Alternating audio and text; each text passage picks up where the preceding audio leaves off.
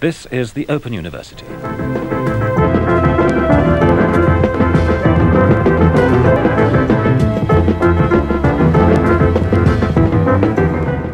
Hello and welcome back to this spoof Open University. It's not the real Open University.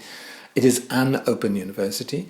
And this is Tranche 2, Exegesis 2, of talking about the new Momus album in progress, Vivid, which is a kind of COVID-themed record. It's almost as if I'm making a musical about this global pandemic, which we're in the middle of. Possibly, you could imagine Tim Rice and me doing Curry and Rice, doing like a really amazingly successful stage musical, which would run for years and years. I'm not entirely sure if people will want to be reminded of the trauma. I almost feel like people will be triggered to be reminded of what we've been going through in this kind of crisis. But and so I may be shooting myself in the foot by doing a whole album about it. But it's really passing the time for me. I'm really having a good time in lockdown. I don't know what I would do if I wasn't making music. I would be very bored.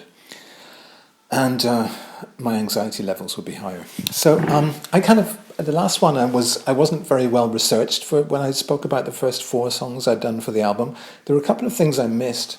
First of all, the title, Vivid.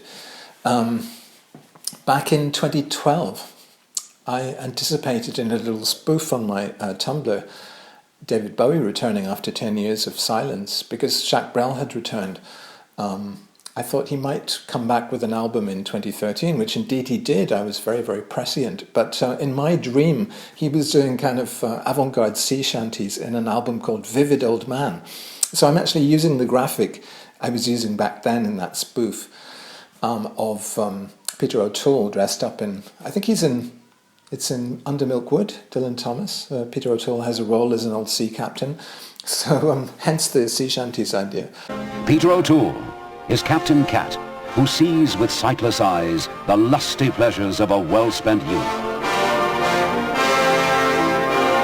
and his long-lost loves. And it was a kind of atonal album which Bowie was going to come back with. I mean, he came back with sort of dad rock and the Next Day album, which was really just an I'm back statement. But I've sort of taken back unto myself this idea of the vivid, not so much old man, I've dropped the old man bit, but vivid because it sounds like COVID. So that's where the title comes from. And I like the idea of making the best of a bad deal. So making something vivid out of something COVID, invidiously COVID-like. I didn't mention when I was talking about Optimism that it started off as a totally different song. A lot of these songs have dummy lyrics when I first write them, and then I replace the lyrics with something more meaningful or more coherent. So the first version of Optimism was a song about pangolins, because we've been told that COVID came from pangolins or bats in a live animal market in China, in Wuhan. Possibly both pangolins and bats were involved in the transmission as species jump to humans. So I tried to address my week of dealing with a mild case of COVID in terms of tangling with a pangolin. So here's a little extract from Tangling with a Pangolin song. It was just called The Pangolin. I tangled with a pangolin and now I've got the fears. Look just like an artichoke with little eyes and ears. And there's a bottom-feeding lizard now licking at my lungs with its horrid, probing, sticky little tongue. It's gobbled up my fairy wings, now shortening my breath. Scared away my liberty and menaced me with death. That grim nocturnal pangolin living inside me, changing my horizons, changing history.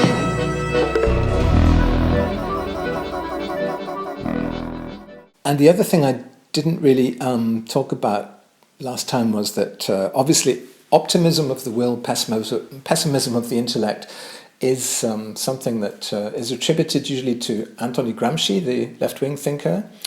And But actually, if you really trace it back to where he talks about it, he used it often. He mentioned it often. It was even the motto of his L'Ordine Nuovo, which was, I think, his journal, which he edited, and it appeared alongside the title. L'Ordine Nuovo, of course, means new order in Italian, and so often New Order were accused of having a fascist name, but actually it's something that Gramsci used for his own review, the New Order. But Gramsci attributed this saying to Romain Rolland, who was a French writer. For instance, in an address to the anarchists in 1920 in L'Ordine Nuovo, Gramsci said, "The socialist conception of the revolutionary process has two characteristic marks which Romain Rolland has encapsulated in his watchword, pessimism of the intelligence, optimism of the will." But, academics have tried to look for this in Romain Rolland and not found it. So maybe Gramsci was just kind of doing what I do when I say that Eno made up this thing about every lie creates the parallel world in which it's true. Maybe Eno never said that, and it's just something I kind of feel like Eno would have said that actually I made up. I don't know. I hope I made it up, but actually, some people say it goes back to something Jacob Burckhardt had attributed to the Greeks. Pessimism of the worldview and optimism of the temperament. So anyway, these things, it's kind of fascinating where these phrases come from. By the time a songwriter gets his hands or her hands on a phrase like that, it's probably very well worn. I tend to do this a lot. I drop these little phrases into songs, and I'm even not quite sure myself where they come from sometimes. So, and I talked about working from home, which is one of the songs I'm most pleased with. I find it's fantastic to walk around this flat. I have a circular flat, so I can actually walk endlessly in circles around it. It's really great for exercise here. And I find that when I'm walking around listening to music, that working from home track, which is at 200 BPM or, also 100 BPM if you prefer to think of it that way, that's a great rhythm for walking. It really is. When you get in that rhythm and you can go round and round, walking indoors or outdoors, it's fantastic. I would recommend trying it. But I didn't talk about John Berryman at all. I mean, I put in, because I was talking about terror and fear and boredom as a strange combination, but very characteristic of this time we're living through. I immediately thought of this poem, Dream Song 14 by John Berryman, and he talks about how his mother had said that anyone who gets bored lacks inner resources. A kind of rather Puritan idea, but something as a bit of a post-Calvinist myself that I kind of agree with. You kind of do lack inner resources. But then Berryman says, well, I must myself lack inner resources because I'm heavy bored. So I just love, and his vehement kind of style of reading his poems as well. It's fantastic, his voice and everything. He came to a very sticky end, jumping off a bridge and taking a long time to die. I think he landed face down in the mud or something. And he was obviously an alcoholic and all the rest of it. But I find him very impressive, John Berryman. He was also very close to Farrar, Straus and Giroux, who put out his books and who are also putting out My Niche. Niche just got a very nice review. I'm happy to say the first review said it was a magnificent entertainment. So that's a relief, because I was worrying that it might be hard going for people, but apparently it's not. That was just some footnotes to the songs I've already talked about. Okay, we come to the first song, which I haven't yet addressed, which is Movement. And this had an interesting origin. I'm really into this kind of minimalism and post-minimalism music at the moment. And one of the lesser known but fantastic post-minimalist composers of the 70s was this guy Julius Eastman. He had this fantastic piece called Stay On It, which was released in 1973. It just sort of says stay on it, this sort of vocal thing, and this kind of increasingly chaotic music.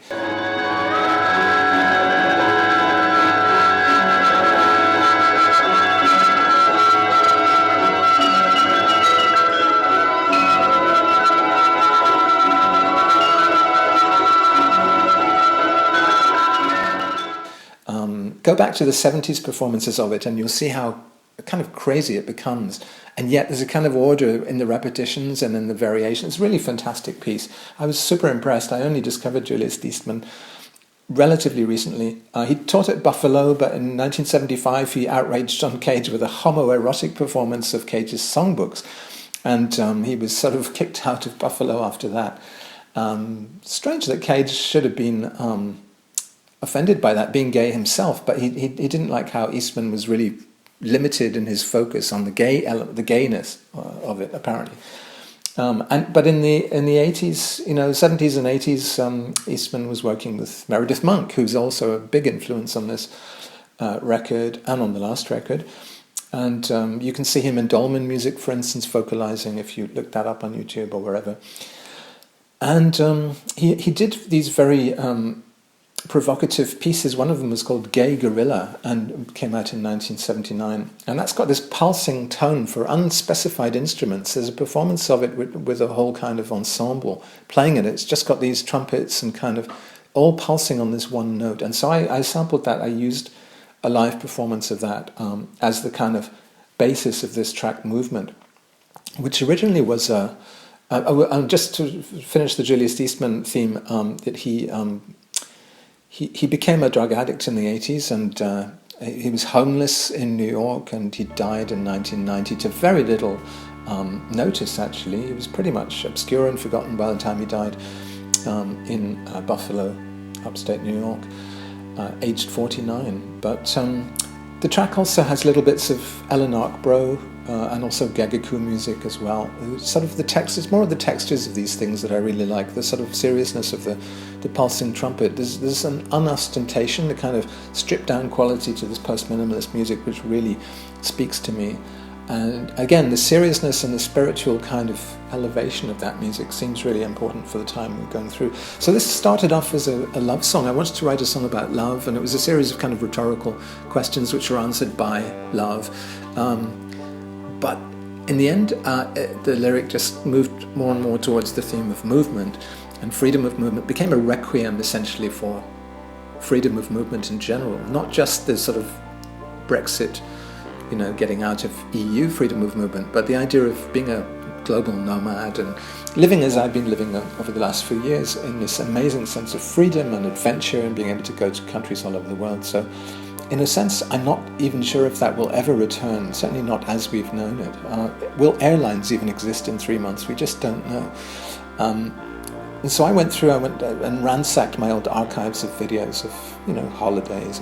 Not even, I wouldn't call them holidays. I've been living as a global citizen for decades now, and I don't really think of myself having a home. And I love that feeling of not having a home. So the lyric says, movement, you were my all, my rise and my fall, you lifted me up when I was down, and it really has been a way of life for me, and I'm going to miss it enormously if I can't do it again. Of course I'm determined to try and live that way again, but who knows, we really don't know at this moment. So there's a kind of trick in there where it's all on one note, really, essentially. But then suddenly I sampled the whole track and then raised it 3 semitones, so it goes up into the chorus. It suddenly swooshes up into this new key to... is it a new key? I'm not totally sure. From dom the dom. It's a trick which I've used quite a lot. It always produces this lift of the spirit, really, and then it goes back down and does the same thing again. And it's another very emotive thing that just sort of states in a fairly direct way what I've been feeling about the end of freedom of movement. The next track was 10-Foot Hut, and this was really a surprising return to a rather different style. My early 90s records like Voyager, for instance, were influenced very much by PM Dawn, Massive Attack, this sort of the new wave of rap music which was coming along then. And I really enjoyed a kind of soft Daisy Age, so-called Daisy Age, people like De La Soul also. Daisy Age rap, or Jazz Warriors, what were they called? The Dream Warriors and the Galliano, all these sort of early 90s groups which I was listening to at the time. Earthling, sort of light and slightly gauzy and dreamy rap music. So I slotted back into that and made this light rap number, which is based, it sounds like it's got the beat from Massive Attack's Daydreaming, but actually, if you research a little further, Massive Attack lifted that really wholesale from Wally Badarou, who is a French citizen from Benin. I think originally his family was from Benin, but he was very close to Chris Blackwell from Island Records, who founded Island Records. He worked at Compass Point Studios and with Tom Tom Club and people like that in the early 80s. He worked with Level 42 in Britain. And so there's a track of his called Mambo, which essentially is Daydreaming by Massive Attack. I'm not sure if they credit him. I mean, I certainly hope they do, because the whole thing, even those little, musical riffs and everything that come in when they're saying "If I Were a Rich Man," all that stuff is in the original Wally Badarou track Mambo.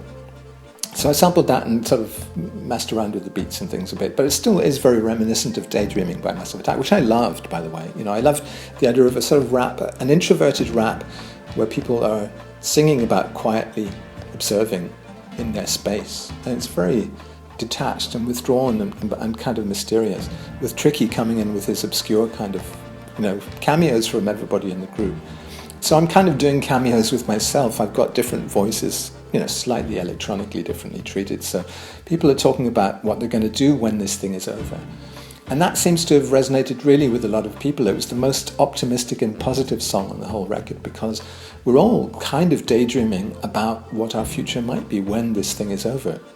If this thing is over. I mean, it's if not when, as the lyric says.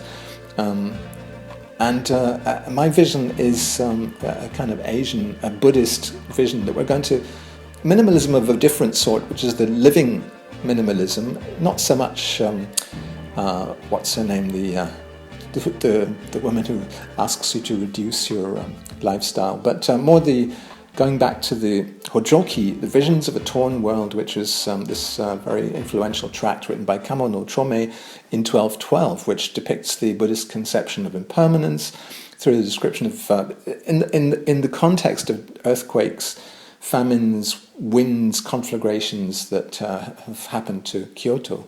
So it's a kind of withdrawal from the world, from a world of disaster and plague, essentially.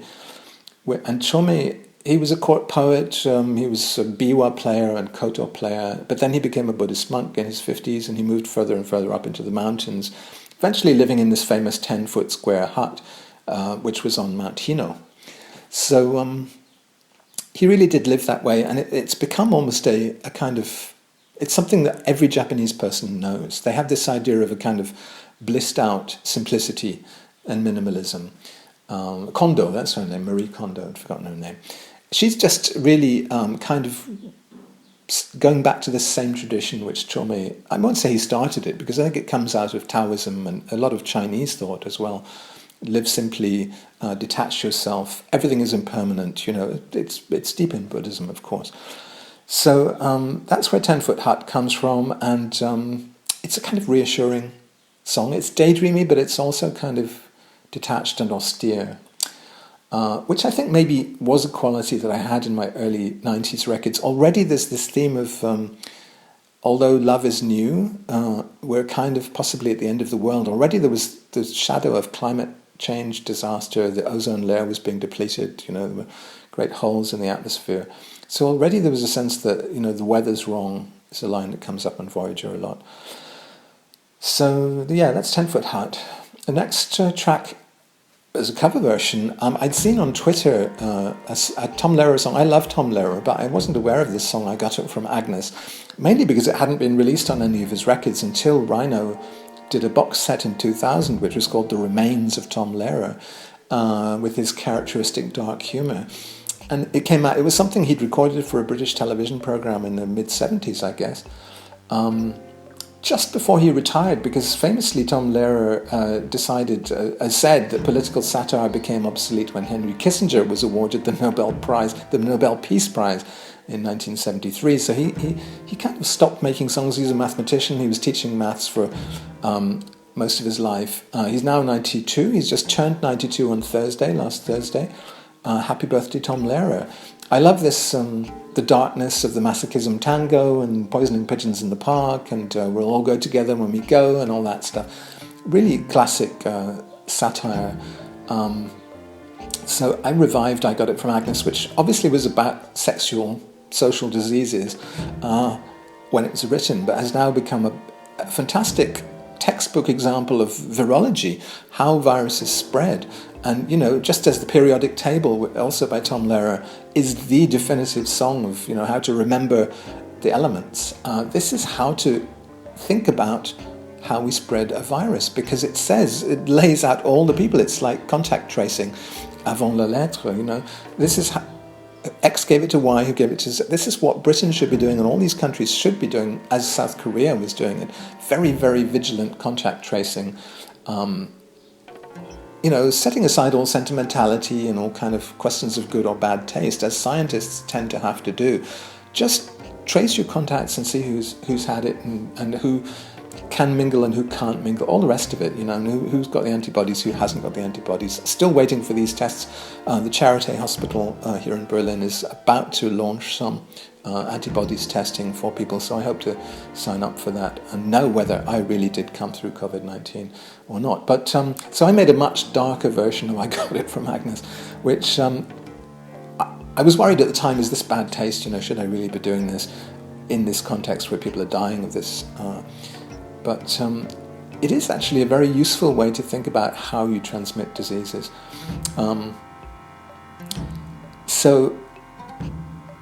It's and I kind of liked it's actually got little sample chords from Morton Feldman. So I like the idea. I always feel that the thing about satirical songwriters like Jake Thackeray in Britain or Tom Lehrer is that they do these little rather airtight musical numbers. Musically, they're not terribly interesting. I mean, Tom Lehrer, incredibly bright man, fantastic way that he could coordinate, remembering all his lyrics, playing the piano faultlessly, just, stratospheric IQ.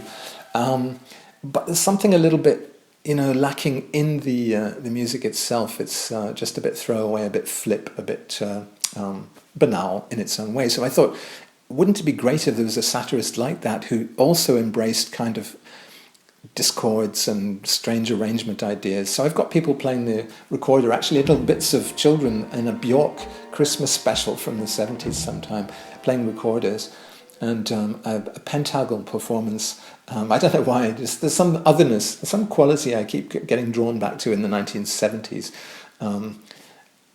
I don't know, I seem to feel at home but also be alienated at the same time, and that's quite an interesting combination, an attraction-repulsion idea.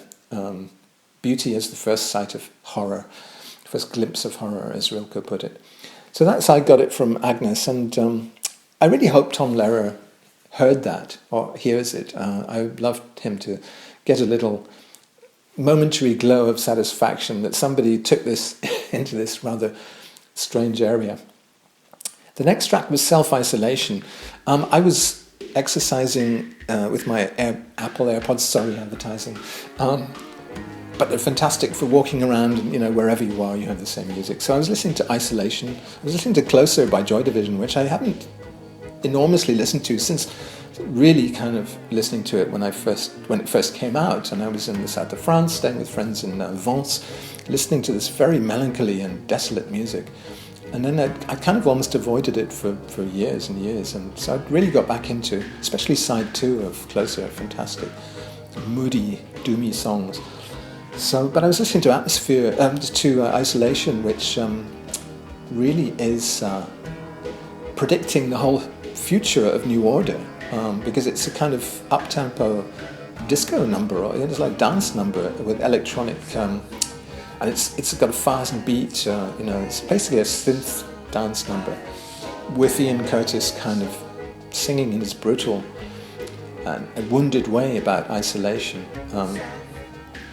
So I thought, wow, well, self-isolation is one of the buzzwords of this crisis, so I have to make something out of that. So I sort of sampled the beat and then treated it electronically to make it more like Scary Monsters, David Bowie.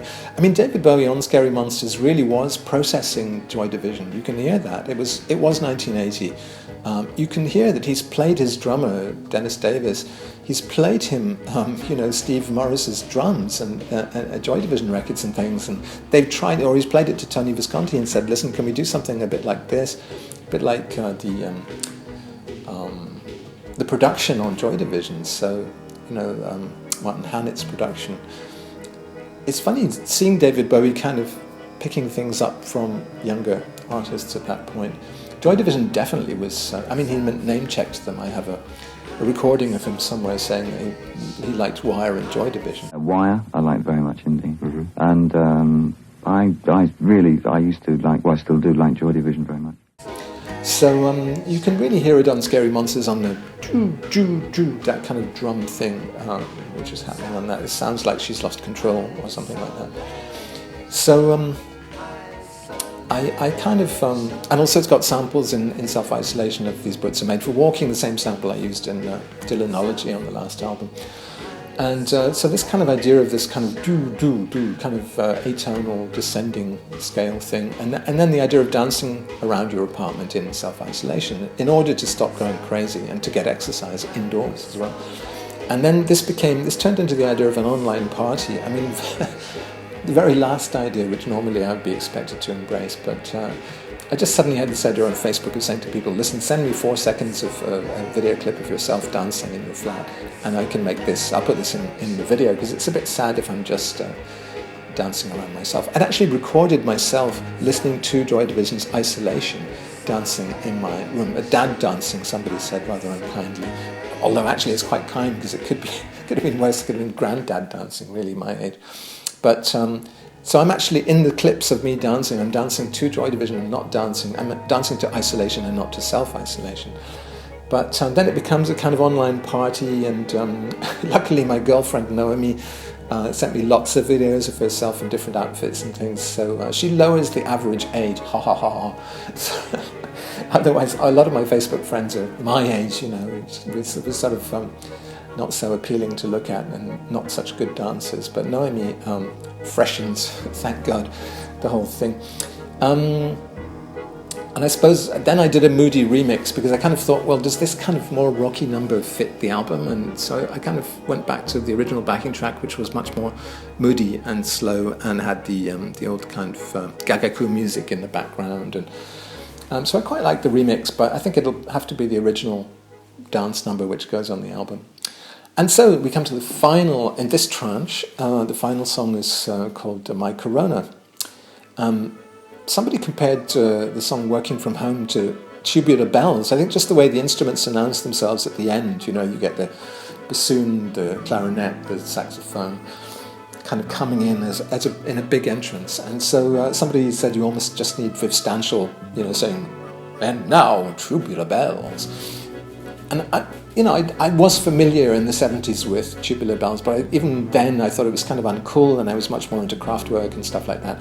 But I went back and listened to bits of it, and there's just one little section which really appealed to me. There was a sort of heavy folk, prog folk kind of little section with 2 chords and a little riff. So I thought, wow, I can really do something with that chord sequence.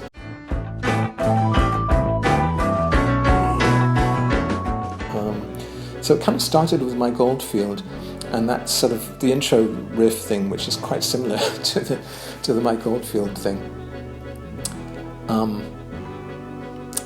But then it became and of course there's the song My Sharona. I forget even who did My Sharona. Was it the Knack or something like that? Did this kind of new wave American hit called My Sharona.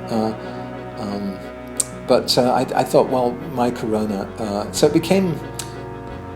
A lot of politicians are using the metaphor of a war. This is a war we're involved in.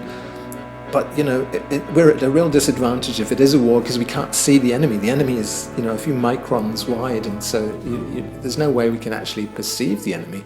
We don't even have analytical tools particularly for it, but certainly not, visual tools. Where is my enemy? There's a good side to that too, which is it's the end of this human versus human conflict. We're all on the same side suddenly. There should be sort of amazing unity all across the world because of this. But but it's really about the anxiety of not being able to see your opponent, not being able to know whether the enemy is inside you right now, and what to do if it is. There's not much you can do. You just have to lie there and suffer the consequences and hope your immune system does the rest. So it's a kind of comic. Is it comic or tragic? It's both, really, as usual with me. Song and the chords turned out really beautiful in the end. I was very happy to to come up with something, I don't know, melodically quite subtle. I really love the way the movement through the chord sequence there, which I worked on for quite a long time, and sort of experimenting with different melodies, vocal melodies and harmonies and things. I couldn't do the very high harmonies, so I had to oscillate between doing unison and harmony on the second vocal part. But another one I'm very happy with. Something about The Crisis seems to bring out the best in my songwriting, which is that I kind of, and maybe in life in general, that we kind of renounce the trivial and we focus on universals and on existential themes. So that's Tranche 2, catching you up on my backstory for these songs. Open University.